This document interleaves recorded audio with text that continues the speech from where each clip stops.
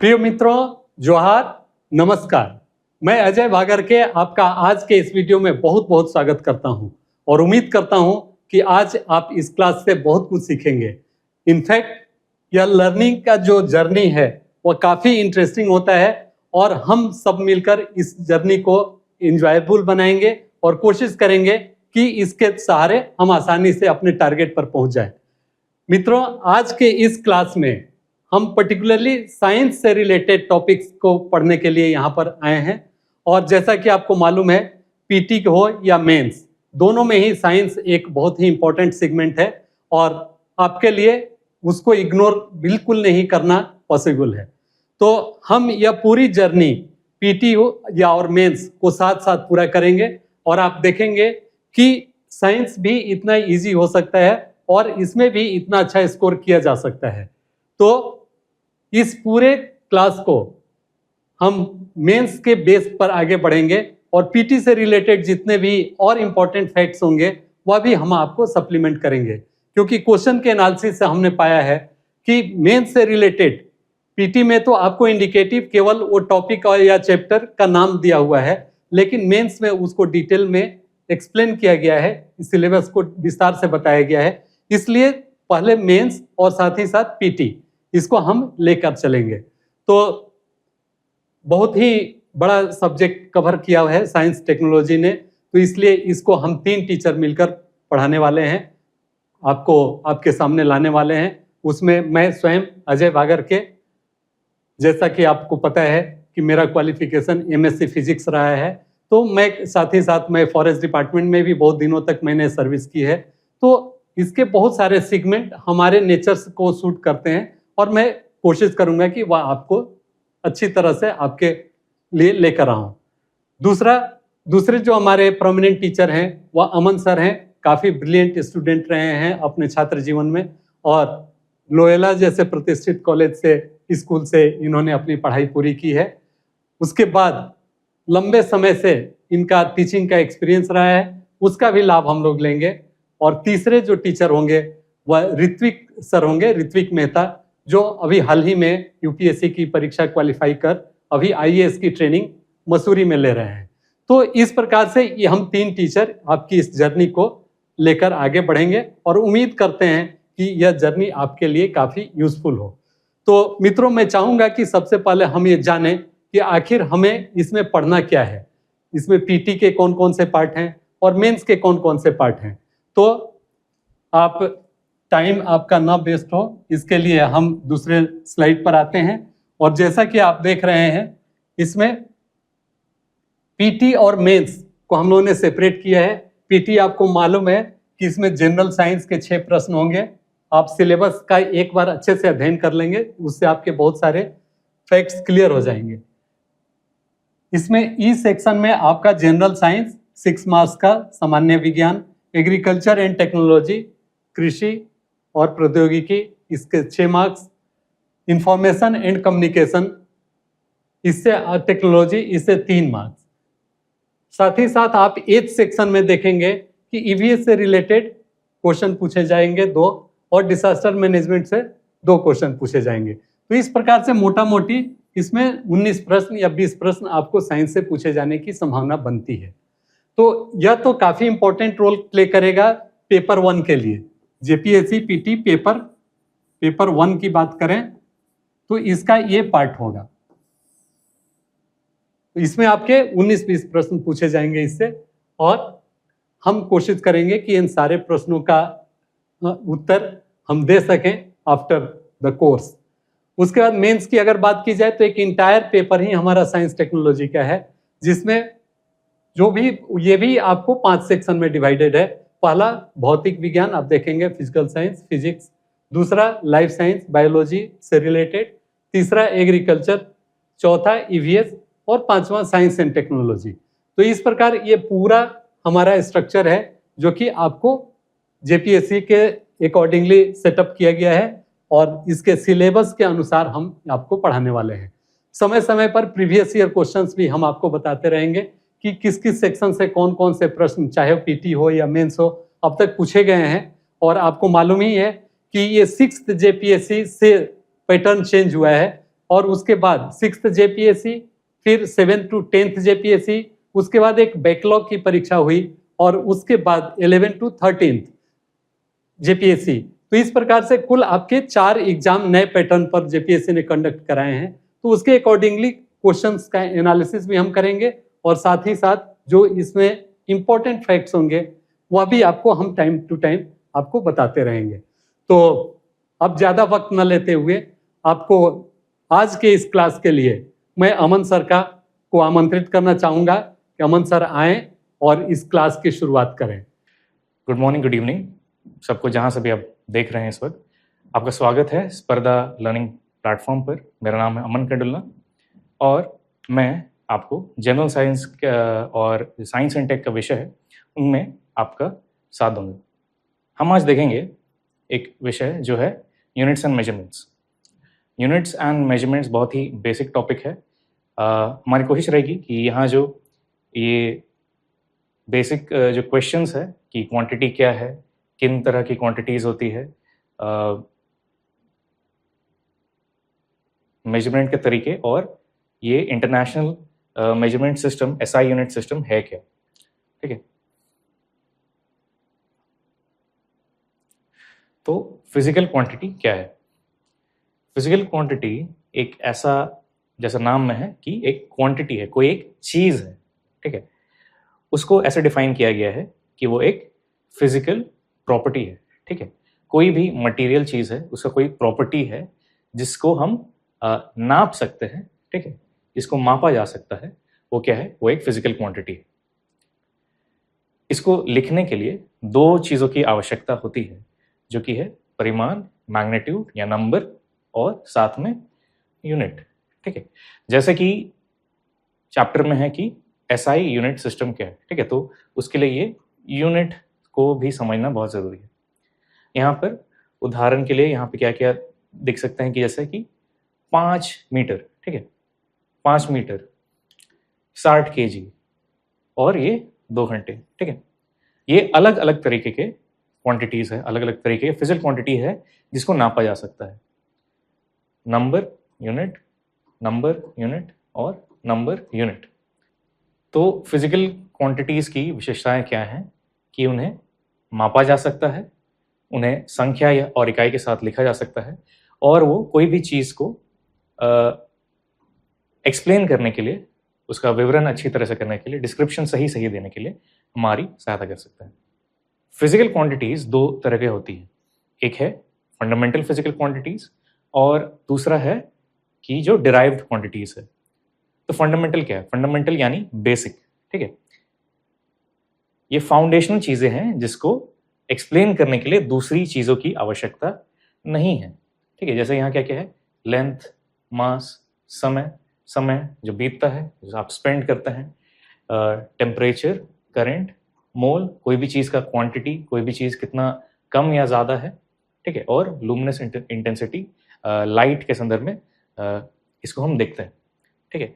तो ये derived quantities क्या है? डिराइव्ड क्वांटिटीज़ वो क्वांटिटीज़ है जो एक या 2 या उससे अधिक फिजिकल ये फंडामेंटल क्वांटिटीज से मिलकर बनते हैं। जैसे क्या है? एरिया, ठीक है। एरिया कोई भी 2 डायमेंशनल चीज़ का जो माप है, कितनी जगह वो घेर रहा है, वो है एरिया। तो इसके लिए क्या क्या चाहिए रहता है? जैसे एक एरिया का जो बेसिक फॉर्मूला है, क्या जानते हैं हम लोग कि एक लेंथ और एक ब्रेथ होता है, ठीक है। तो L/B दोनों का यूनिट्स क्या होता है? जो भी उसका यूनिट्स है, मीटर या सेंटीमीटर, तो मीटर इंटू मीटर जो है वो हम लोग को देता है ये मीटर, स्क्वायर मीटर के रूप में आता है, ठीक है। तो यहाँ पे क्या आ रहा है? ये 2 लेंथ जो है, 2 लंबाई है, उनको मिल के ये क्वांटिटी यहाँ बन रहा है। वैसे ही स्पीड, ठीक है, स्पीड, ठीक है, स्पीड होता है आपका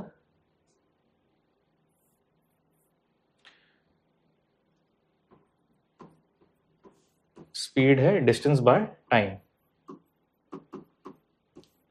ठीक है। तो यहीं पे ये जो 2 क्वांटिटीज है, लेंथ जो कि डिस्टेंस के रूप में यहाँ यूज कर रहे हैं, और जो टाइम है, इन दोनों से मिलके ये बन रहा है।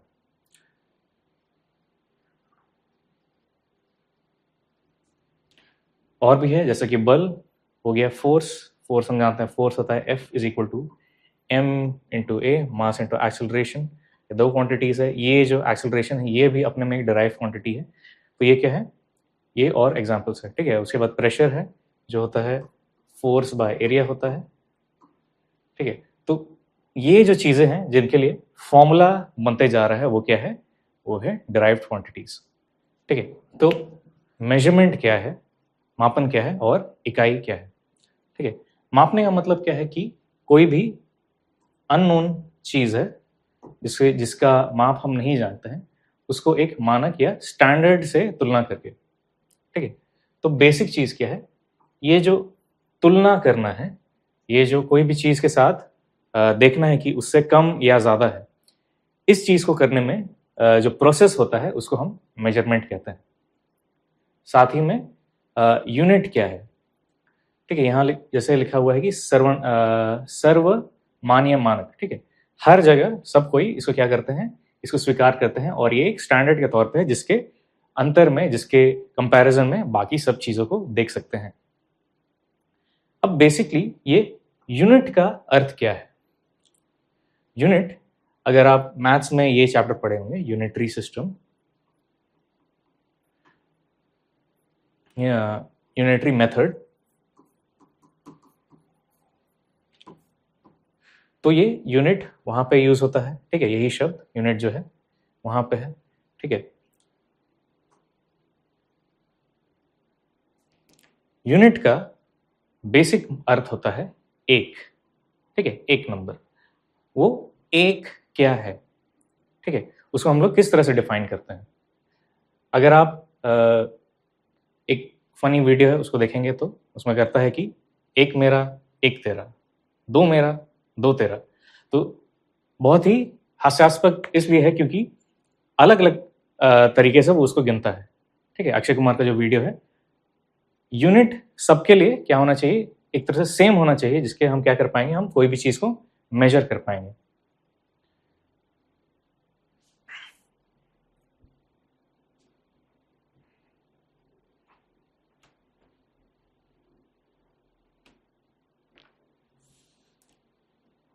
तो ऐसा चीज नहीं है कि यूनिट्स आज ही शुरू हुए या कुछ समय पहले ही शुरू हुए। जब से इंसान है, कोई भी चीज को माप रहे हैं, तो पहले से ही सारी चीजों को अलग अलग तरीकों से नापा गया है, ठीक है। बॉडी बेस्ड जो सिस्टम है ये सब जगह एक तरह से इस्तेमाल होता है, ठीक है। ये जो क्यूबिट है या हाथ जो है, और जो हैंड स्पैन है यानी जो बित्ता हम लोग यूज करते हैं, और जो यहाँ पे लिखा है एक पेस, ठीक है। पेस मतलब जो चाल या कदम के लिए जितना स्पेस लगता है उतना, ठीक है। व्यापार के लिए अपनी जगह पे जो भी ग्रेन का जो मात्रा है, ठीक है, या फिर जो पत्थर के लिए है, ठीक है। ये लोकल हर एक जगह पे लोग इस तरह से अपने अपने तरीकों से उन चीज़ों को नाप चुके हैं, ठीक है। ये प्रारंभिक या पुराने तरीके हैं नापने के लिए, ठीक है। इजिप्शियन क्यूबिट है, रोमन माइल, जैसे इन नापों को यूज करके जो भी वो क्रिएशंस को किए हैं, जो भी चीज़ों को बनाए हैं, चाहे जो सड़कें बनाए हैं, चाहे जो पिरामिड्स को बनाए हैं, इन्हीं मापों का वो अपने समय में यूज करके वो बना चुके हैं।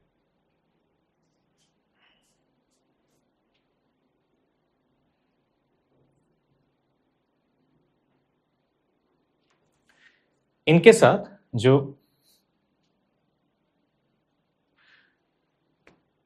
जो पुराने माप के तरीके रह चुके हैं, इनके साथ दिक्कत क्या है कि एक यूनिफॉर्मिटी नहीं है। यूनिफॉर्मिटी का मतलब क्या हुआ, जैसे स्कूल में जैसे होता है यूनिफॉर्म, सबको के लिए सेम चीज रहता है, वैसे ही यहाँ पे उसका ठीक उल्टा है कि असमानता है।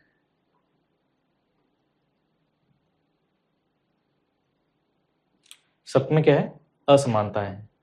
क्यों है, क्योंकि सब अलग अलग जगह पर रहते हैं। जिस तरीके से अलग अलग भाषाएं हैं, जिस तरह से अलग अलग तरीके से लोग रहते हैं, जिस तरीके से अलग अलग जगह में लोगों का रहन सहन अलग है, वैसे ही जिस तरह से वो यूनिट्स के बारे में सोचते हैं, जिस तरीके से वे नापते हैं, वो क्या है, सब कोई अलग अलग तरह के हैं। इसलिए क्या आता है, नॉन यूनिफॉर्मिटी आता है।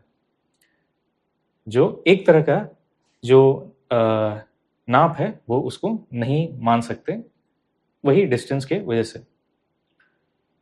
तो इससे हम अगले पॉइंट पर आते हैं कि हमें स्टैंडर्डाइजेशन की ज़रूरत है, कि एक तरीके से सबके लिए एक ही तरीके से उन चीज़ों को नापे ताकि वो कन्फ्यूजन ना हो। ठीक है, यहाँ जैसे कि कन्फ्यूजन है चीटिंग इन ट्रेड। ठीक है, जैसे हम बोलते हैं कि जिसकी लाठी उसकी भैंस। तो अगर कोई भी चीज़ को तौल रहे हैं, अगर सबका मापने का तरीका अलग है, तो वहाँ पे क्या हो सकता है कि धोखा आप कर सकते हैं कि जिस नाप से आप नाप रहे हैं वो दूसरों के हिसाब से सही नहीं है या कम या ज़्यादा है। ठीक है,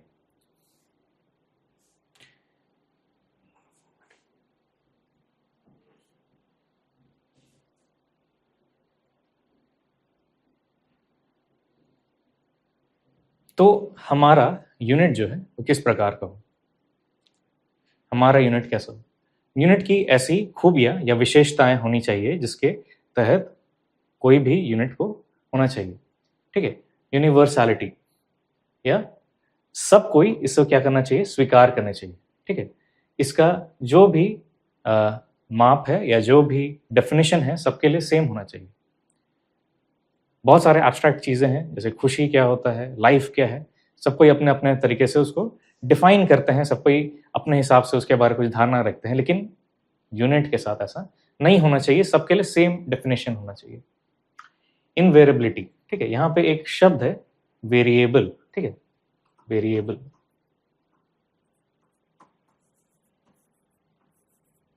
ठीक है, तो वेरिएबल कोई भी फॉर्मूला जैसे होता है F is equal to m a, यहाँ पर F के लिए दो वेरिएबल्स है। ठीक है, अगर इनमें से कोई भी एक चेंज हो जाए या बदल जाए तो क्या होगा कि F जो है वो बदल जाएगा। सेम एक्सेलरेशन के लिए अलग अलग बॉडीज पे अलग अलग फोर्स वो जनरेट करेंगे। ठीक है, तो वेरिएबल क्या होता है कि जिस चीज को बदला जा सकता है। ठीक है, यहां पे उसका ठीक उल्टा ये बोल रहा है। ठीक है, इनवेरिएबल होना चाहिए, जिस चीज को बदला ना जा सके। ठीक है, तो इनवेरिएबल। तीसरा हम देख रहे हैं कि रिप्रोड्यूसिबिलिटी।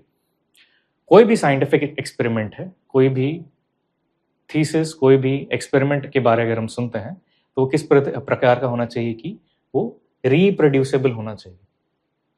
ऐसा नहीं कि कोई भी उस एक्सपेरिमेंट किया है तो सिर्फ वो उस बात को कर सकता है, वो रिप्रोड्यूस यानी फिर से प्रोड्यूस, फिर से उस चीज को हम लोग देख सकते हैं, ये हर जगह ऐसे होना चाहिए। ठीक है, एक्सेसिबल होना चाहिए, यानी हमारी समझ में हर एक जन को उसका हमारे पहुंच में वो चीज़ होना चाहिए और जानकारी होनी चाहिए, किसी तरह हम उसको यूज़ कर पाए। ठीक है, और सटीकता उसमें होनी चाहिए ताकि क्लियरली हम डिफाइन कर पाए कि वो यूनिट किस चीज़ को या कितनी हद तक नाप सकता है। 3 तरह के सिस्टम हैं जो जिनके बारे हम जान सकते हैं कि वो जो भी SI सिस्टम है उससे पहले रह चुके हैं। जो जो भी इनका नाम है, जो शॉर्ट फॉर्म है, उसी में इनका वो रखा हुआ है कि वो कौन से इंपॉर्टेंट यूनिट्स को यूज़ करते थे। तो यहाँ पे जैसे कि है FPS यानी फुट पाउंड सेकेंड। ठीक है,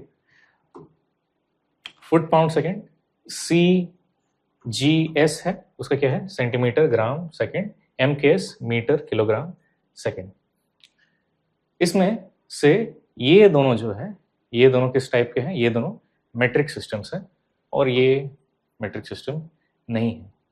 ठीक है, फुट पाउंड सेकेंड को अभी UK US में अभी भी वो इस्तेमाल किया जा सकता है, लेकिन अन्य जगहों पे इंटरनेशनली कहीं ना कहीं CGS और MKS ज़्यादा यूज़ हो रहे हैं। इनका एक कंपैरिजन को हम देख लेते हैं।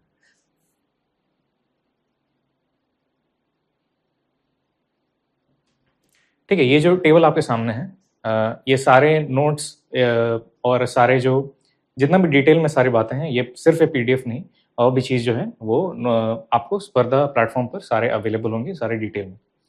ठीक है, तो इन प्रणालियों में ये क्या क्या रह चुके हैं कि जो इनकी ओरिजिन है ये कहाँ कहाँ पे है।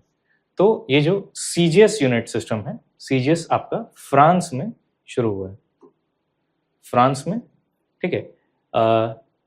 यूके में आपका एफपीएस रह चुका है, ठीक है, और यूरोप से आपका एमकेएस आया है। अभी भी इनका यूज डेली लाइफ में कहीं कहीं पे होता है एफपीएस, ठीक है। जो फुट है, किसी का हाइट नापने के लिए अभी भी यूज होता है। सेकंड है, सेकंड तो सब जगह है। और जो सीजीएस यूनिट्स रहते हैं यूजुअली क्या रहते हैं, यूजुअली छोटे यूनिट्स रहते हैं जिनके तहत वो नाप उन चीज़ों को नापा जाता है, ठीक है। और एक है मीटर किलोग्राम, ये, ठीक है, मीटर किलोग्राम सेकेंड। इनमें कुछ प्रॉब्लम्स थे जिसके वजह से आगे जाके हमें एसआई यूनिट सिस्टम मिलता है। जो सीजीएस सिस्टम है 1960 में पेरिस में अपनाई गई, ठीक है। और इसमें जो एमकेएस सिस्टम पर ये आधारित है, जो मीटर, केजी और सेकंड है, ठीक है। ये एक मीट्रिक सिस्टम है। एमकेएस और एसआई सिस्टम में बहुत ज़्यादा अंतर नहीं है। एमकेएस ही इसमें मिल चुका है एसआई सिस्टम में। इसमें डिफरेंस क्या है, कुछ नए फंडामेंटल क्वांटिटीज को जोड़ा गया है। जो थोड़ी देर पहले हम देख चुके हैं कि फंडामेंटल क्वांटिटीज कौन कौन से होते हैं। तो फंडामेंटल क्वांटिटीज में इनको जोड़ा गया है एमकेएस के साथ, ठीक है। जो कि है जो करंट है उसके लिए एम्पीयर यूनिट रहता है, टेम्परेचर,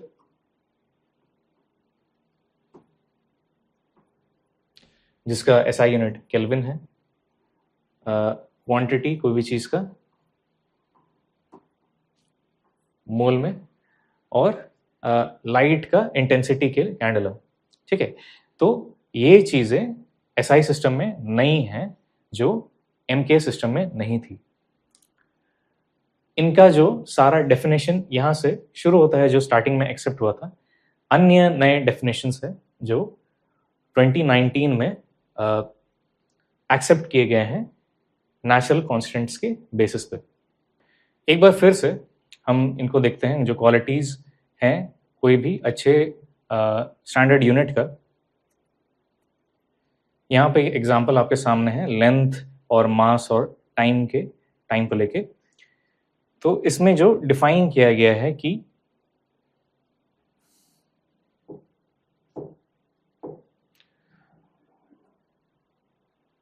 एक मीटर वो डिस्टेंस है या उतना जगह वो कवर करता है लाइट इतने टाइम में, ठीक है। इससे पहले के जो भी डेफिनेशंस थे जो एक्सेप्ट किए गए थे उसमें कोई भी फिजिकल चीज को नाप के किया गया है, ठीक है। तो पेरिस में कोई एक मीटर के रॉड को रखकर उसमें जो ये डिफरेंस था ये पहले डिफाइन किया गया था कि 1 मीटर कितना है। 1 मीटर का अभी जो डेफिनेशन है वो है कि लाइट इतने समय में कितने दूर ट्रैवल कर पाता है। ये क्यों है? क्योंकि जैसे जैसे साइंस में आगे हम बढ़े हैं उसमें पता चला है कि कुछ ऐसे कॉन्स्टेंट्स है यूनिवर्स में जो चेंज नहीं होते हैं, कुछ ऐसे नंबर्स है जो चेंज नहीं होते हैं। उनमें से एक जो है वो है लाइट। लाइट का जो स्पीड है वो हर जगह हर समय सेम रहता है, इसलिए जो चीज़ बदलती नहीं है उसके अनुसार उसको डिफाइन करने के लिए जो लेंथ का भी डेफिनेशन है लाइट के स्पीड से जोड़ के दिया गया है। यहाँ जैसे जो मास है ये प्लैंक्स कांस्टेंट के से जोड़ के उसको बाद में मास को डिफाइन किया गया है। क्यों? क्योंकि ये ऐसी चीज़ें हैं जो फिजिक्स के मैथमेटिकल इक्वेशंस में बार बार आती हैं और ये कांस्टेंट्स हमेशा वैसे ही रहते हैं जो कि चेंज नहीं होते हैं। अगर इसकी आप पढ़ाई को आगे देखेंगे तो जो स्पेशल रिलेटिविटी का कॉन्सेप्ट है जिसके वजह से ये सारे डेफिनेशंस को आना पड़ा, क्योंकि स्पेशल रिलेटिविटी की वजह से कुछ चीज़ें जो हैं अलग अलग तरीके से नापने से, जैसे मास हो गया, टाइम हो गया, ठीक है, स्पीड हो गया, ये अलग अलग फ्रेम से अलग अलग जगह से नापने से वो अलग अलग उनका वैल्यूज आता है। तो इसलिए इनको जो है यूनिवर्सल कांस्टेंट्स के हिसाब से इनको यहाँ पे डिफाइन किया गया।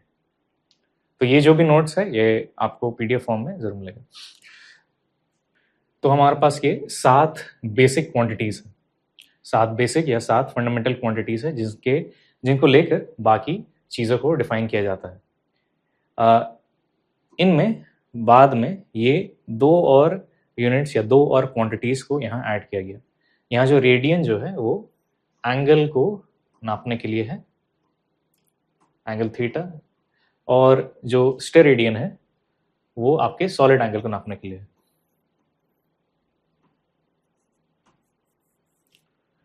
तो एंगल को नापने के लिए जैसे आप डिग्री को सुन चुके हैं, जैसे कि 90 डिग्रीज होता है, उसके जगह में ये जो आप π/2 सुनते हैं ये रेडियंस में होता है। रेडियन बेसिकली प्योर नंबर होता है जो कि ऐसे किसी भी एंगल का जो आर्क लेंथ है और जो रेडियस है इनका रेशियो रहता है।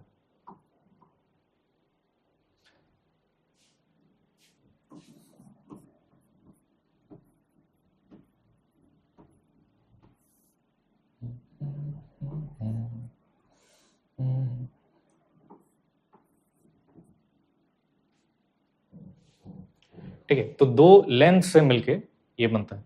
तो बाद में क्या होता है, ये ऐसे प्योर नंबर बन जाता है, लेकिन समझने के लिए इसके साथ में हमेशा रेडियन जो यूनिट है ये वर्ड को यूज किया जाता है। स्टेरेडियन एक ऐसा एंगल है जो कि 3 डायमेंशनल होता है। ये जो एंगल है ये 2 डायमेंशनल है। इसको 2 डायमेंशनल कौन सा चीज होता है, वो कोई भी चीज जिसे हम ड्रॉ कर सकते हैं, जिस चीज का हम ड्राइंग बना सकते हैं कोई भी 2D प्लेन में, ये 2 डायमेंशनल होता है। तो 2 डायमेंशनल, इसमें 2 पार्ट्स है, इससे ये चीज बना है। और जो स्टेरेडियन है ये 3 डायमेंशनल में रहता है।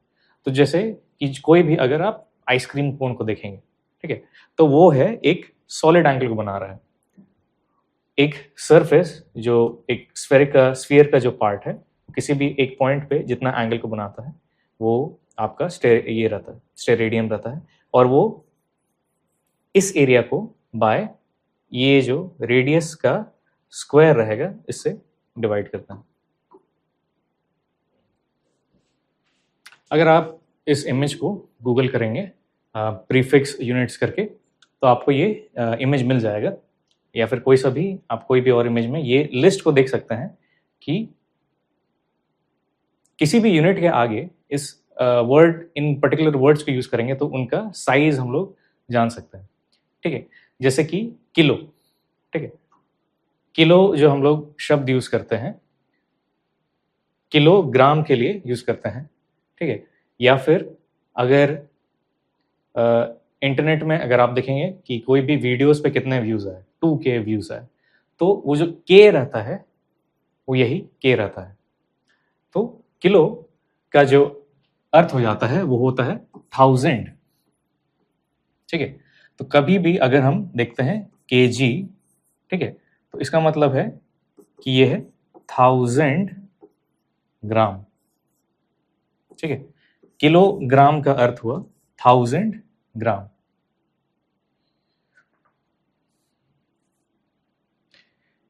सेम चीज जैसे अगर हम सेंटीमीटर सुन चुके हैं तो सेंटीमीटर कितना मीटर होता है, यहाँ पे जो मल्टीप्लिकेशन फैक्टर है वो देख रहे हैं कि 0.01 है, यानी ये मीटर से इतना छोटा है तो ये इतना टाइम्स मीटर है, ठीक है। या फिर 10 का पावर में 10 to the -2 मीटर्स है, तो इतना मीटर होता है सेंटीमीटर।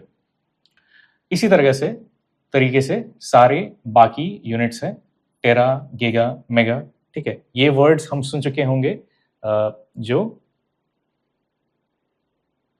कंप्यूटर के मेमोरी के या फोन के जो मेमोरी के यूनिट्स है वहां पे इन शब्दों को सुन चुके होंगे कि जैसे कि कितना जीबी, ठीक है, कितना जीबी का स्टोरेज है या कितना एमबी का वो फाइल है, ठीक है। तो वो मेगा, एमबी जो है ये मेगा बाइट हो जाता है, और जीबी जो है वो गीगा बाइट हो जाता है।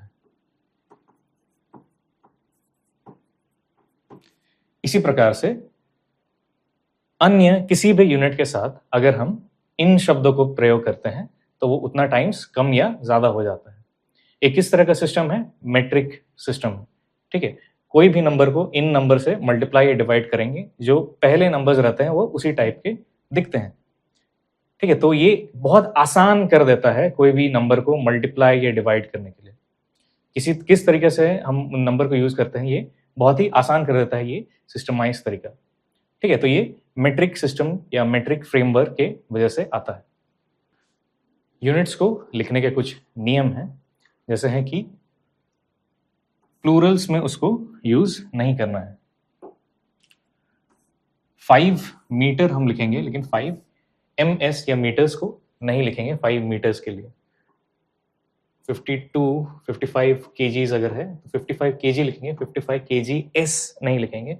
ये s का पूरी रीति से दूसरा मतलब हो जाएगा। संख्या और इकाई के बीच में एक अंतराल या स्पेस, गैप को देंगे छोटा सा।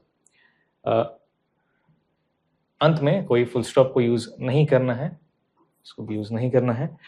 और जब वैज्ञानिकों के नाम यूज होंगे तो उनको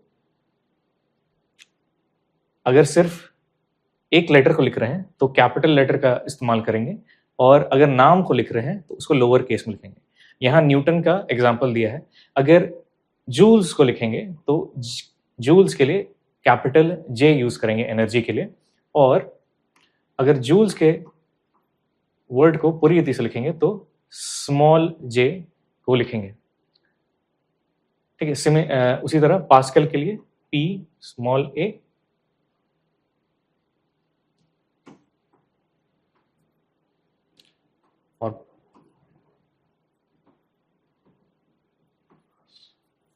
और पास्कल सारे छोटे अक्षर में।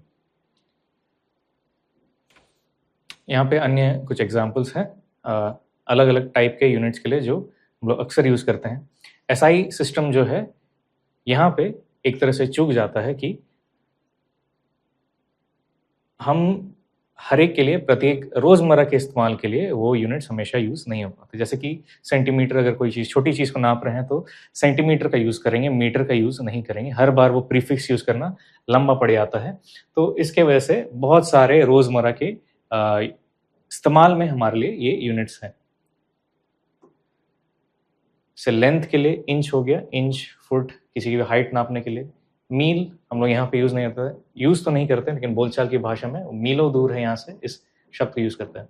जो एस्ट्रोनॉमिकल डिस्टेंस है उसको नापने के लिए लाइट ईयर का इस्तेमाल करते हैं। लाइट ईयर क्या है कि एक वर्ष में लाइट कितनी दूरी को ट्रैवल कर लेता है, उसको पार कर लेता है, वो लाइट ईयर में उस डिस्टेंस को नापते हैं। मास या द्रव्यमान के लिए पाउंड, आउंस जो है, टन हम लोग बड़े क्वांटिटी के लिए यूज करते हैं। कैरेट जो है, जो वर्ड गोल्ड में यूज होता है। ठीक है, टाइम, मिनट्स, सेकंड्स, ये सब अलग अलग जगह में ये इनका सही यूज होगा। अब जब वर्ष का समय है तो हम वर्षों को हम मिनट्स में नहीं गिनेंगे क्योंकि बहुत ही इलॉजिकल लगता है। एकड़, हेक्टेयर, ठीक है, ये अलग अलग यूनिट्स हो गए। तो जैसे लीटर, इनका बॉटल हम देख चुके हैं, इनके साथ भी लीटर SI यूनिट नहीं है, लेकिन इसके साथ भी हम लोग क्या कर सकते हैं कि वो मेट्रिक सिस्टम के प्रीफिक्स को हम लोग यूज कर सकते हैं। जैसे कि मिली लीटर हम लोग सुने होंगे, तो जैसे कि जो छोटे बॉटल्स होते हैं उनको आप मिली लीटर में उसको कंज्यूम करते होंगे। बहुत खराब। जो छोटे बॉटल्स होते हैं वो आप मिलीलीटर्स में यूज करते हैं, और जो बड़े बॉटल जैसे कि जो 20 रुपए का बॉटल वगैरह आता है वो आपको लीटर्स या उससे ऊपर में वो क्वांटिटीज आपको मिलेगा। तो मिली क्या है? मिली होता है 10⁻³ या फिर इतना मिलीलीटर, या फिर ये हो जाएगा 0.001 लीटर्स। ठीक है, तो मिलीलीटर्स। वहीं पे सेंटीमीटर जो होता है, सेंटीमीटर वो होता है आपका 10⁻² यानी मीटर्स, 0.01 मीटर्स। तो इस तरीके से जो मेट्रिक सिस्टम के यूनिट्स हैं उसके लिए भी हम लोग यूज़ कर सकते हैं। मेट्रिक सिस्टम क्या है? मेट्रिक सिस्टम एक फ्रेमवर्क है, यानी कौन सा ऐसा सिस्टम है जो 10 के मल्टीपल्स पे बेस्ड है। जो 10 के मल्टीपल्स पे बेस्ड है वो मेट्रिक सिस्टम है। तो मेट्रिक सिस्टम अलग से कोई सिस्टम नहीं है, वो एक फ्रेमवर्क है। और भी तरीके के यूनिट्स हो सकते हैं पैसे को नापने के लिए, और भी तरीके के यूनिट्स जैसे कि लाख और करोड़, ये नंबर्स है वो यूनिट्स बन जाते हैं। यूनिट्स का कोई भी संदर्भ हो सकता है, लेकिन सारी चीज़ें फिजिक्स के लिए नहीं है।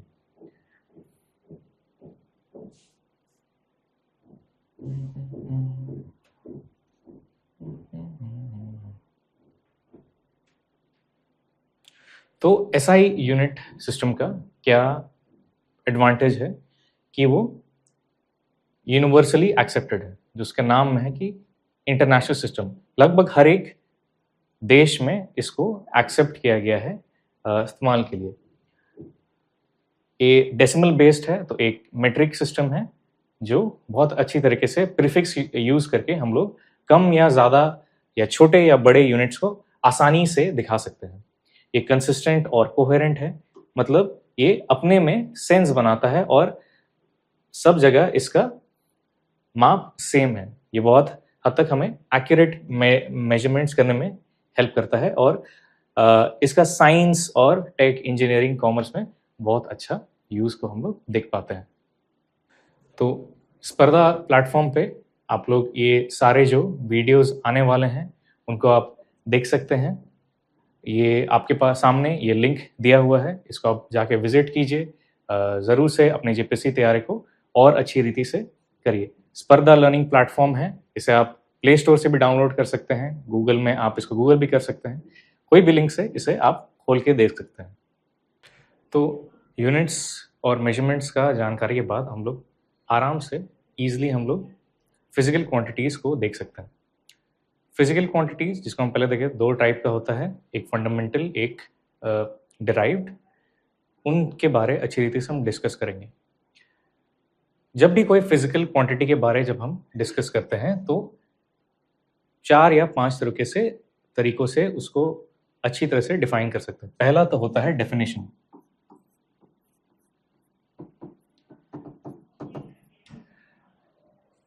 दूसरा होगा यूनिट। तीसरा अगर कोई फॉर्मूला है तो। चौथा एग्जाम्पल। पांचवा अगर कोई ग्राफ या ड्राइंग है जिसके मदद से हम उसको एक्सप्लेन कर सकते हैं या अच्छी रीति से समझ सकते हैं।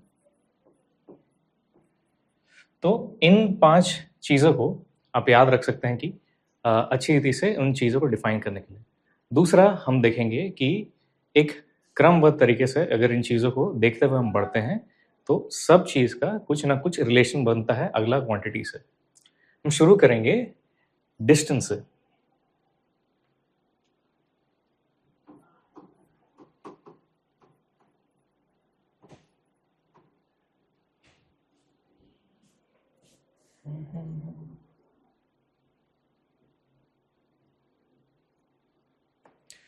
तो दूरी को हम लेंथ या जो भी है, दूरी या लेंथ को हम लोग मीटर्स में मेजर करते हैं, जो कि उसका एसआई यूनिट है।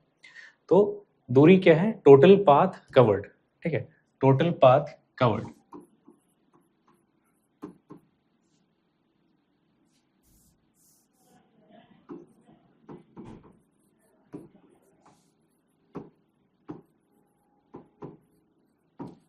या फिर सम ऑफ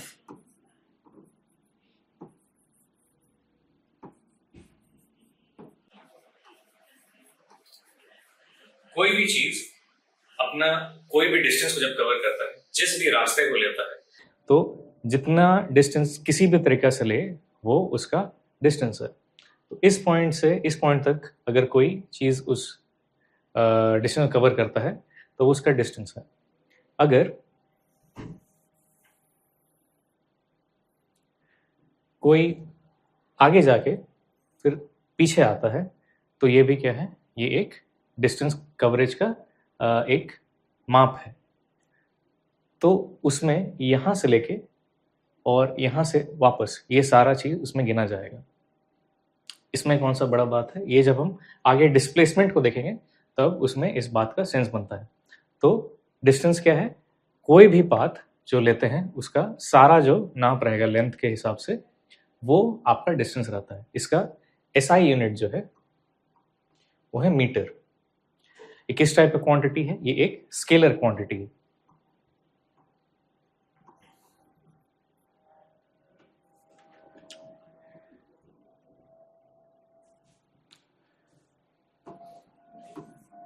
अगला जो है वो है डिस्प्लेसमेंट। डिस्प्लेसमेंट कोई भी मोशन का स्टार्ट जहां से किए और अंत जहां पर किए उन दो पोजीशंस के बीच में जो अंतराल है या जो गैप है उसको हम लोग डिस्प्लेसमेंट कहते हैं। तो अगर कोई बॉडी यहाँ से शुरू होकर ऐसा रास्ता को लेता है और इधर को जाता है फिर उधर किसी भी पाथ को अगर वो ट्रैवल करता है तो ये जो लंबा सा जो डिस्टेंस वो कवर किया है वो डिस्प्लेसमेंट नहीं है। डिस्प्लेसमेंट यहाँ से लेके यहाँ तक जो सेपरेशन है वो हो जाता है डिस्प्लेसमेंट। तो ये जो विस्थापन, ये जो डिस्प्लेसमेंट है वो क्वांटिटी क्या है, शुरुआत के पोजीशन से आखिरी के पोजीशन तक जो डिफरेंस है उसको डिस्प्लेसमेंट कहेंगे। डिस्प्लेसमेंट जो है उसका भी SI यूनिट क्या है, उसका भी SI यूनिट मीटर्स है। वो एक वेक्टर क्वांटिटी है। वेक्टर का मतलब होता है कि जिसके पास कोई मैग्नीट्यूड है या फिर कोई नंबर या फिर कोई माप है जिससे वो जुड़ा हुआ है कोई नंबर से, कितना कम या ज़्यादा है। और दूसरा चीज़ रहता है कि उसके पास डायरेक्शन रहता है। तो डिस्प्लेसमेंट क्या है, एक वेक्टर क्वांटिटी है, वो अपने स्टार्टिंग पोजीशन से आखिरी के पोजीशन के बीच का डिफरेंस है। इसको डिस्टेंस से एक बार कंपेयर कर लेते हैं। क्या है, जो स्टार्टिंग और आखिरी पोजीशन नहीं लेकिन जितना पाथ टेकन है वो हो जाता है डिस्टेंस।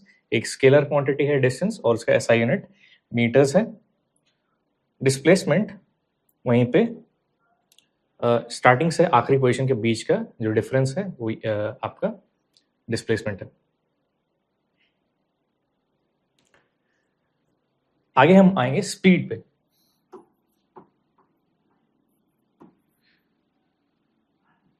स्पीड क्या हो जाता है आपका, स्पीड हो जाता है rate of change of distance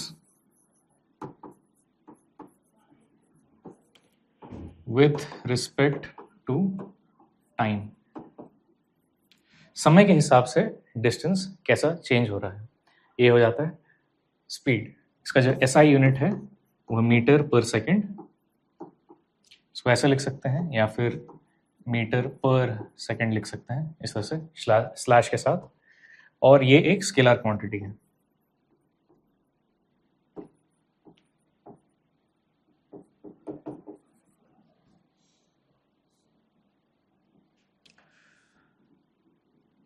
velocity, velocity speed की तरह ही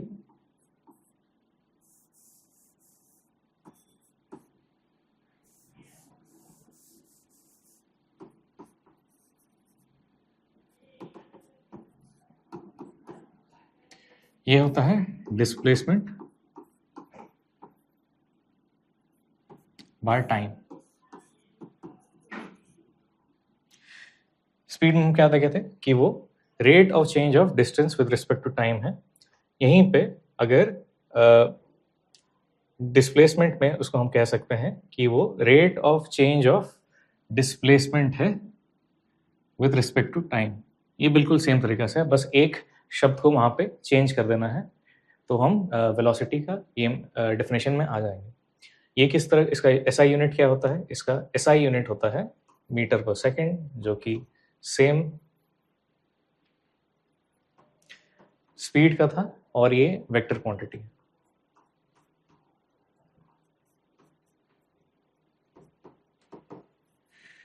ठीक है, तो जो हम देखें डिस्टेंस और स्पीड, डिस्टेंस से स्पीड बनता है और डिस्प्लेसमेंट से डिराइव होके वेलोसिटी बनता है।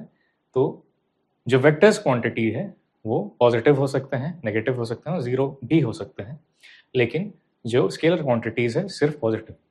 तो कोई भी किसी भी डिस्टेंस को अगर कवर करता है तो ये जो टोटल डिस्टेंस रहता है शुरुआत से आखिरी तक, ये एक स्केलर क्वांटिटी है। इन सारी चीज़ों को ऐड कर सकते हैं। ये जो यहाँ से यहाँ तक उसका जो डिस्प्लेसमेंट हो गया, ठीक है। अगर यही बॉडी, इसको अगर आगे मानेंगे, अगर बॉडी पीछे की ओर चल जाती है तो ये जो डिस्प्लेसमेंट है या जो डिस्टेंस आप माने थे उसका अगर उल्टा चल जाते हैं, डिस्प्लेसमेंट का उल्टा चल जाते हैं, तो क्या हो जाता है, नेगेटिव डिस्प्लेसमेंट हो जाता है, ठीक है, नेगेटिव डिस्प्लेसमेंट। तो ये किस पर डिपेंड करता है, आप जिस डायरेक्शन को चूज किए हैं पहले, अगर उस डायरेक्शन के ऑपोजिट में अगर लोग चल जाए तो वो डिस्प्लेसमेंट उल्टा हो सकता है। अगर एक रेसिंग ट्रैक है, रेसिंग ट्रैक में सारे रेसर्स अगर तैयार हैं, अगर आपको आगे जाना है और एक जन पीछे की ओर भाग जाए तो ये क्या होगा, उसका डिस्प्लेसमेंट एकदम उल्टा होगा, वो उसका नेगेटिव डिस्प्लेसमेंट होगा या नेगेटिव स्पीड होगा, ये जीतने में हेल्प नहीं करेगा, ठीक है। तो नेगेटिव डिस्प्लेसमेंट और जिस भी गति से उस तरफ जा रहा है वो हो जाता है वेलोसिटी, जो कि इस केस में नेगेटिव होगा। किस केस में एवरेज वेलोसिटी नेगेटिव हो सकता है, जब शुरुआत कहीं हो और उसके पीछे की ओर अगर आगे जाना था, पीछे की ओर अगर बॉडी चल जाता है तो नेगेटिव वेलोसिटी हो जाता है। जीरो वेलोसिटी या जीरो डिस्प्लेसमेंट हमें कब देखने मिलेगा, जब कोई भी ऑब्जेक्ट ट्रैवल करता है कहीं से कहीं को भी और वापस अपने शुरुआत के जगह में पहुंच जाता है, तो जो डिफरेंस है शुरुआती जगह और आखिरी जगह में वो कुछ नहीं है, तो इस केस में डिस्प्लेसमेंट हो जाता है जीरो। और क्योंकि वेलोसिटी क्या था, डिस्प्लेसमेंट बाय टाइम,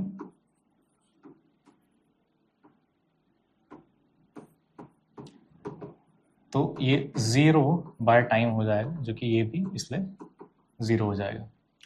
तो इस तरीके से वेलोसिटी जो है डिस्प्लेसमेंट पे डिपेंड करता है। एक्सेलरेशन,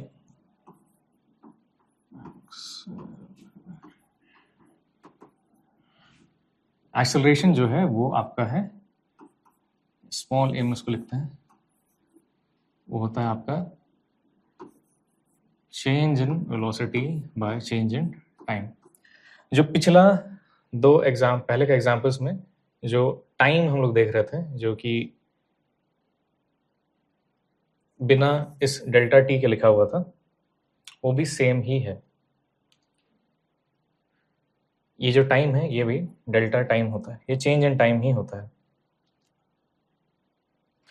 तो इसको बोलेंगे rate of change of velocity with respect to time. तो किस चीज पे डिपेंड करता है, एक्सेलरेशन। एक्सेलरेशन डिपेंड करता है rate of change of velocity. Change in velocity होगा तब जाके एक्सेलरेशन देखने मिलेगा। कहाँ पे एक्सेलरेशन देखने मिलता है, जैसे गाड़ी में एक्सेलरेटर होता है, अगर आप एक ही स्पीड से ट्रैवल कर रहे हैं तो वहाँ पे स्पीड चेंज नहीं हो रहा है। स्पीड अगर चेंज नहीं हो रहा है तो जो चेंज इन वेलोसिटी है वो भी क्या होगा, जीरो हो जाएगा। अगर चेंज इन स्पीड जीरो हो जाएगा तो एक्सेलरेशन भी जीरो हो जाएगा। वहीं पे अगर आप गाड़ी के स्पीड को बढ़ा देते हैं तो वहाँ पे वेलोसिटी शुरू में जो था उससे ज़्यादा हो जाएगा, तो वहाँ पे एक्सेलरेशन देखने मिलेगा। ये उसका फॉर्मूला हो गया। जो उसका SI यूनिट है वो हो जाता है मीटर पर सेकेंड स्क्वायर।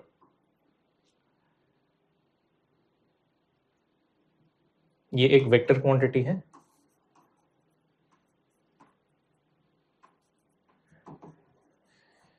एक केस में अगर हम देखेंगे वहाँ पे स्पीड को सेम रखते हुए वेलोसिटी चेंज होता है, तो वहाँ पे एक्सेलरेशन भी होता है। कौन सा एग्जाम्पल है, वो है अगर एक पत्थर को आप हाथ से पकड़ के अगर घुमाएंगे रस्सी में बांधकर, तो पत्थर जो घूम रहा है अगर उसको आप एक ही स्पीड में घुमाते रहेंगे तभी क्या है, वहाँ पे स्पीड चेंज नहीं हो रहा है, लेकिन जो वेलोसिटी का डायरेक्शन है वो बार बार चेंज होगा। इस पॉइंट पे ये उस तरफ मुड़ने वाला है, इस पॉइंट पे ये उधर जाने वाला है, इस पॉइंट पे ये इस तरफ जाने वाला है। तो हर एक पॉइंट पे क्या हो रहा है कि उसका जिस डायरेक्शन में वो जा रहा है वो डायरेक्शन हर बार चेंज हो रहा है। अगर डायरेक्शन चेंज हो रहा है इसका मतलब ये है कि वेलोसिटी चेंज हो रहा है, भले उसका मैग्नीट्यूड चेंज नहीं हो रहा है। स्केलर क्वांटिटी में जैसे सिर्फ मैग्नीट्यूड होता है, वेक्टर में मैग्नीट्यूड और डायरेक्शन दोनों रहता है। तो अगर डायरेक्शन ही चेंज हो रहा था, वेक्टर चेंज हो जा रहा है। तो क्योंकि यहाँ पे वेलोसिटी का चेंज है, इसलिए ये एक्सेलरेटेड बॉडी के रूप में उसको देखता है। कोई भी चीज़ जो टर्न कर रहा है, कोई भी चीज़ जो घूम रहा है, वो एक्सेलरेटेड बॉडी का तरीका में उसको देखा जाता है। अगर इसका एक एग्जाम्पल हम लोग को देखना है तो आप एक्सेलरेशन को अक्सर आप महसूस कर सकते हैं। जब गाड़ी में, किसी भी चलती गाड़ी में, चाहे बस हो या चाहे कार हो, किसी में अगर आप सो जाते हैं तो अक्सर जब गाड़ी सेम स्पीड से ट्रैवल करता रहता है तब नहीं पता चलता है कि गाड़ी रुका हुआ है या चल रहा है। वहीं पे कभी भी गाड़ी अगर टर्न को लेता है, कहीं पे भी गाड़ी अगर मुड़ती है तो वहाँ पे कुछ पता चलता है। और कभी भी ब्रेक लगाया जाता है या स्पीड को बढ़ाया जाता है तो वहाँ पे एक्सेलरेशन को हम लोग अपने में महसूस कर पाते हैं। ठीक है, तो डायरेक्शन के चेंज होने पे और उसका मैग्नीट्यूड को भी चेंज होने पे इस बातों को हम लोग एक्सपीरियंस कर पाते हैं। अगर एक्सेलरेशन कांस्टेंट हो जाए, इसका मतलब है कि एक्सेलरेशन, एक ही एक्सेलरेशन से बॉडी जो है अपने स्पीड को चेंज कर रहा है। जो चेंज हो रहा है बार बार उतना ही चेंज को अगर वो स्पीड में आ रहा है तो एक्सेलरेशन कांस्टेंट हो जाएगा। इसके वजह से तीन जो इक्वेशंस ऑफ मोशन है वो हमें मिलते हैं। वो है v is equal to u plus a t, s is equal to u t plus half a t square और v square equal to u square plus 2as। ये इक्वेशंस हैं जो एक्सेलरेशन के कांस्टेंट हो जाने पे आते हैं। एक्सेलरेशन के कांस्टेंट होने का क्या मतलब है कि वेलोसिटी चेंज कर रहा है, लेकिन जिस दर से वेलोसिटी चेंज कर रहा है वो सेम है। तो यहाँ पे v जो है वो फाइनल वेलोसिटी है।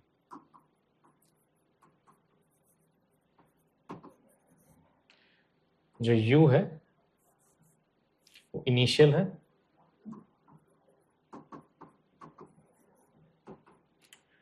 a है एक्सेलरेशन और t है टाइम।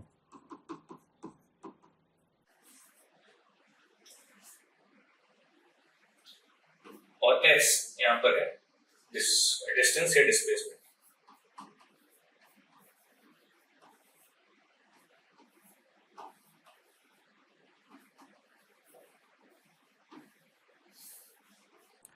अगर बॉडी का डायरेक्शन ऑफ मोशन चेंज नहीं हो रहा है तो वहाँ पे डिस्टेंस और डिस्प्लेसमेंट का सेम मतलब होता है। दोनों का मतलब में कोई डिफरेंस नहीं है अगर डायरेक्शन को फिक्स कर दिया जाए तो।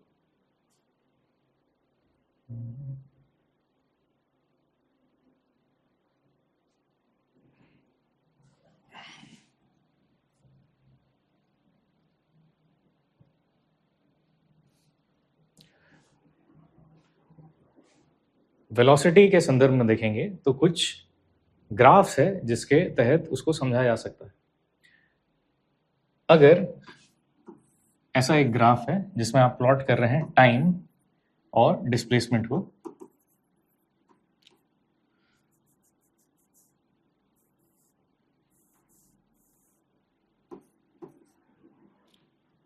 तो इस ग्राफ के जरिए हम डिस्कस कर सकते हैं कि वेलोसिटी किस टाइप का है।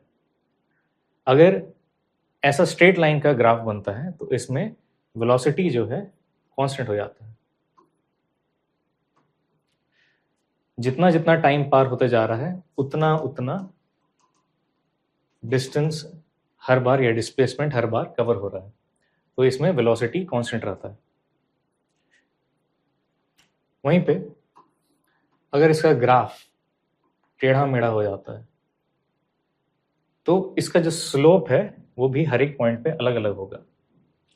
तो डिस्प्लेसमेंट टाइम अलग अलग पॉइंट पे जो डिस्प्लेसमेंट बाय टाइम का जो इक्वेशन आएगा हर बार अलग अलग आएगा, तो ये वेरिएबल वेलोसिटी रहता है।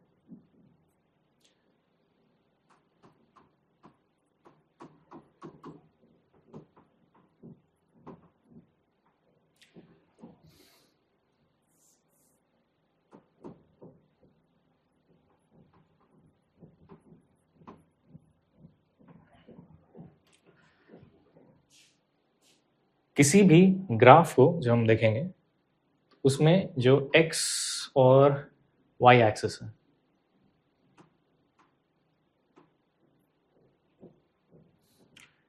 एक ग्राफ का इक्वेशन होता है y is equal to mx plus c।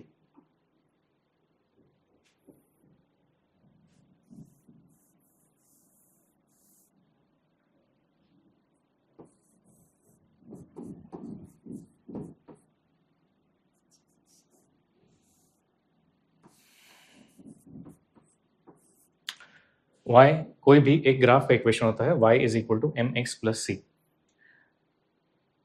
m जो कि स्लोप रहता है उसको इस तरीके से भी निकाल सकते हैं, जो कि रहता है delta y by delta x।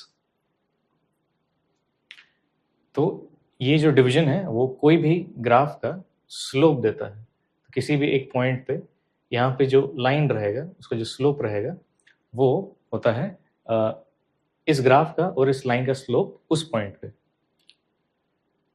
दूसरा, ग्राफ से हम क्या निकाल सकते हैं कि ग्राफ के अंदर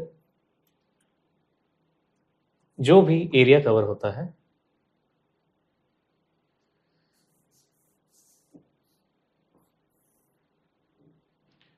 इस एरिया को भी अलग कैलकुलेशन में यूज किया जा सकता है।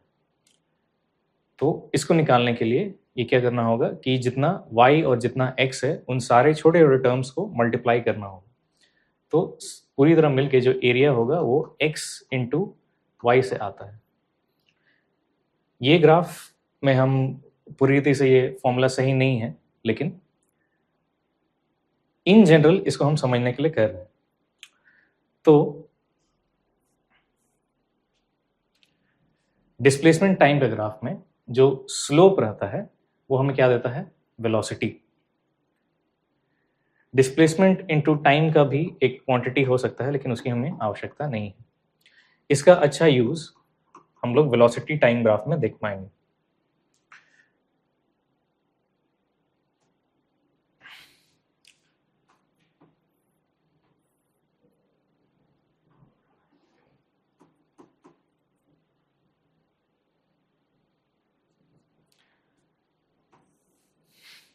तो वेलोसिटी टाइम ग्राफ में अगर टाइम बढ़ रहा है और वेलोसिटी भी इंक्रीज कर रहा है तो इसमें वेलोसिटी का चेंज हो रहा है, यानी एक्सेलरेशन हो रहा है। तो एक्सेलरेशन है delta we by delta T. थोड़ी देर पहले जैसे ग्राफ में हम देखे थे कि स्लोप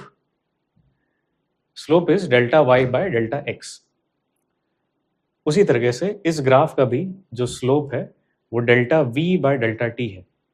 एक्स की जगह में टाइम है और वाई की जगह में वेलोसिटी है। तो इस ग्राफ का जो स्लोप होगा वो एक्सेलरेशन होगा। वैसे ही इस ग्राफ का अगर हम एरिया निकाल पाएंगे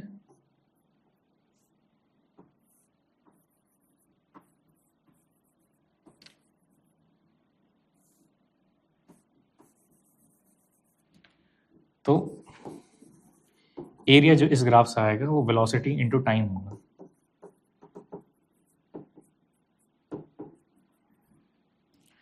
वेलोसिटी का फॉर्मूला होता है डिस्प्लेसमेंट बाय टाइम। तो वेलोसिटी इनटू टाइम होगा डिस्प्लेसमेंट। इस ग्राफ का अगर हम एरिया निकाल पाएंगे तो वो क्वांटिटी होगा डिस्प्लेसमेंट।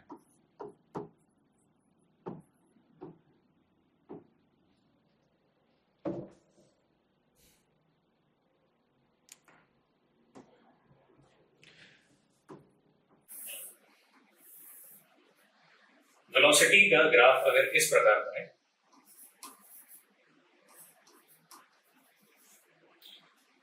तो इससे क्या समझ में आ रहा है कि टाइम जैसे जैसे चेंज करता जा रहा है, टाइम जैसे जैसे आगे होता जा रहा है, वेलोसिटी उसमें चेंज नहीं कर रहा है। वेलोसिटी का जो भी वैल्यू है वो उसी वैल्यू पे बना हुआ है। जैसे कि अगर ये 3 किलोमीटर पर आवर हो जाता है तब भी क्या होगा, टाइम चाहे कितने भी घंटे पार हो जाए अभी भी उतना ही वेलोसिटी है जो कि 3 किलोमीटर पर आवर है। इस केस को क्या बोलते हैं? इस केस को बोलते हैं यूनिफॉर्म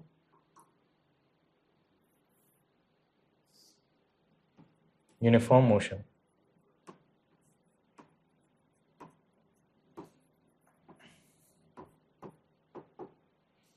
तो कोई भी चीज जो एक ही गति से एक ही डायरेक्शन में बढ़ रही हो वो यूनिफॉर्म मोशन में है। अगर कोई भी चीज अपने गति को कभी भी बदलती है तो वो नॉन यूनिफॉर्म मोशन में आ जाता है। तो यूनिफॉर्म मोशन में क्या होगा, वेलोसिटी चेंज नहीं करेगा। इसका मतलब क्या है कि एक्सेलरेशन जो है delta v by delta t ये 0 होना चाहिए। डेल्टा v कैसे आएगा? Final minus initial velocity. Final velocity किसी भी टाइम पे देखेंगे उस समय कितना है, उस समय वही है 3 किलोमीटर। और अगर इनिशियल वेलोसिटी को भी देखेंगे तो पहले कितना था, 3 kilometre per hour. 3 kilometre per hour minus 3 kilometre per hour कितना हो जाएगा, 0। 0 बाय जितना भी टाइम हम देखेंगे वो एक्सेलरेशन 0 रहेगा। तो यूनिफॉर्म मोशन के केस में क्या होता है, यूनिफॉर्म मोशन के केस में एक्सेलरेशन 0 होता है। और जब एक्सेलरेशन 0 नहीं होता है उससे हमको जो 3 इक्वेशंस ऑफ मोशन है वो मिलते हैं।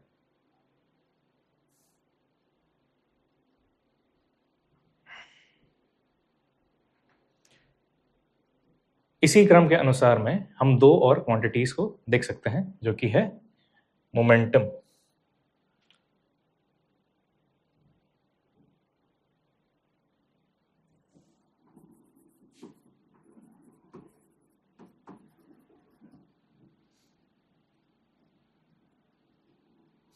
मोमेंटम लिखा जाता है P is equal to mv से, इसका फॉर्मूला रहता है।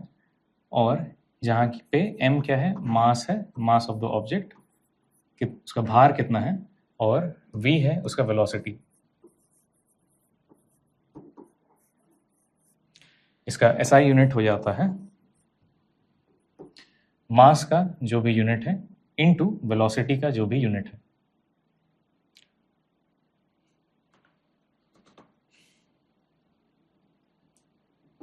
मास इनटू वेलोसिटी का जो यूनिट, मास का यूनिट हो जाएगा kg, तो वेलोसिटी का यूनिट हो जाएगा मीटर पर सेकंड। तो kg मीटर पर सेकंड ये यूनिट है, SI यूनिट है मोमेंटम का।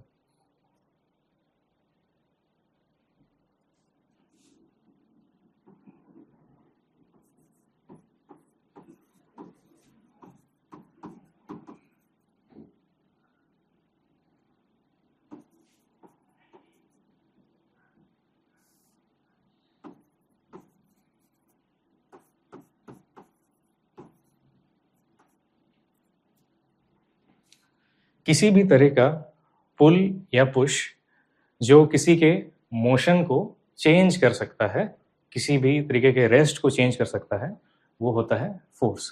फोर्स वो कॉज है। इसका जो फॉर्मूला होता है वो मास मल्टीप्लाइड बाय एक्सेलरेशन होता है। ये सिमिलर है आपका मोमेंटम से, जिसमें मास इनटू वेलोसिटी होता है, और ये क्या है, मास इनटू एक्सेलरेशन। इसका जो SI यूनिट है वो क्या होगा, मास का जो यूनिट है kg इंटू मीटर पर सेकेंड स्क्वायर, ये MKS में हो जाएगा। और इसका जो SI यूनिट है वो है न्यूटन। SI यूनिट जो हम लोग देख चुके हैं कि जो यूनिफॉर्मिटी को लाता है।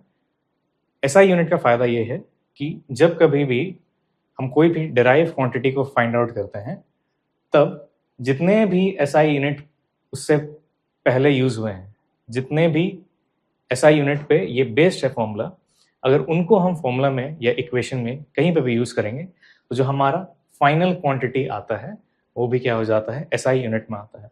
इसके अंतर में क्या हो सकता है कि जैसे कि अगर kg इंटू सेंटीमीटर पर आर स्क्वायर अगर ये कोई यूनिट होगा तो ये भी जो क्वांटिटी होगा फोर्स को ही मेजर कर रहा होगा। लेकिन फोर्स को मेजर करते हुए भी इसको हम SI यूनिट नहीं कह सकते हैं, क्योंकि एक जगह पर यहाँ पे दूसरा SI को छोड़ के दूसरा यानी CGS यूनिट को हम लोग यूज कर चुके हैं। तो जो रिजल्टिंग क्वांटिटी होगा वो भी SI यूनिट में नहीं होगा और ये निकल कर न्यूटन के बराबर नहीं हो पाएगा। तो SI यूनिट का यूज करने का फायदा क्या है कि अगर हम लोग फॉर्मूला में यूज करते हैं, ऑटोमेटिकली जो आंसर आने वाला रहता है वो उसके जिस क्वांटिटी का हम लोग निकाल रहे हैं उस क्वांटिटी का SI यूनिट में आ जाता है।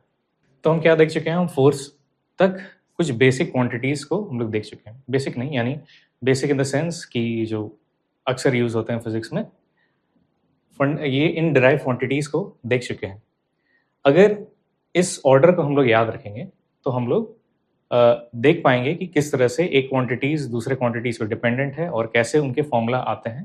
तो एक लॉजिकल सेंस में उसको याद रख पाएंगे। जैसे कि लेंथ जो है, इसको हम लोग डिस्टेंस या डिस्प्लेसमेंट के लिए यूज कर सकते हैं।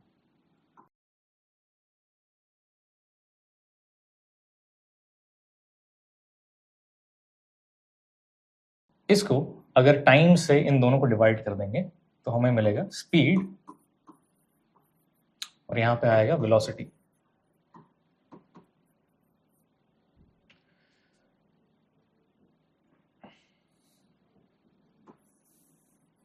वेलोसिटी को अगर मास से मल्टीप्लाई कर दें हमें मिलेगा मोमेंटम।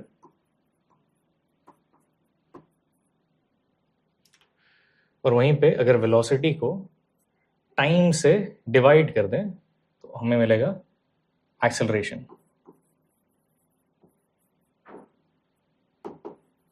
वहीं पे फिर से एक्सेलरेशन को अगर मास से मल्टीप्लाई कर दें तो हमें मिलेगा फोर्स। तो इस तरीके से इन चीजों को लिख सकते हैं।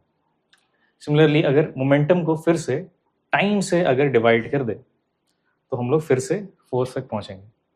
ठीक है, P is equal to M into V, जहां पे वेलोसिटी है ये V। अगर इस क्वांटिटी को टाइम से डिवाइड कर देंगे, P बाय T अगर कर देते हैं तो V बाय T करना होगा, तो ये V बाय T एक्सेलरेशन होता है। तो rate of change of momentum ही विद रिस्पेक्ट टू टाइम, यही क्या निकल के आता है, यही हो जाता है फोर्स। तो इस क्रमबद्ध तरीके से कुछ कुछ यूनिट्स को हम लोग याद कर सकते हैं कि कैसे ये दो लोग रिलेटेड है। यहाँ तक मुझे आशा है कि आप जो भी क्लास में अब तक डिस्कस हुआ है और आपको समझ में आया होगा। जो भी नहीं समझ में आया है आप उसको लेके क्वेश्चंस पूछ सकते हैं।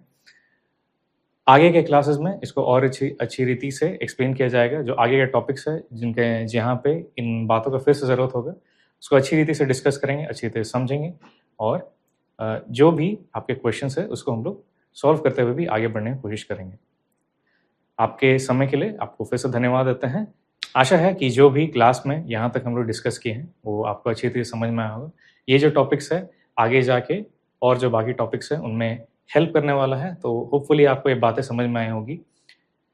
आप स्पर्धा प्लेटफॉर्म को अच्छी रीति से यूज़ कीजिए अपने बेनिफिट के लिए, और जो भी आपके JPSC की तैयारी है मेंस के लिए और जो भी प्रीलिम्स की तैयारी है उसमें हम जैसा हो पाएगा हम आपकी सहायता के लिए यहाँ रहेंगे। अपने समय देने के लिए बहुत बहुत धन्यवाद।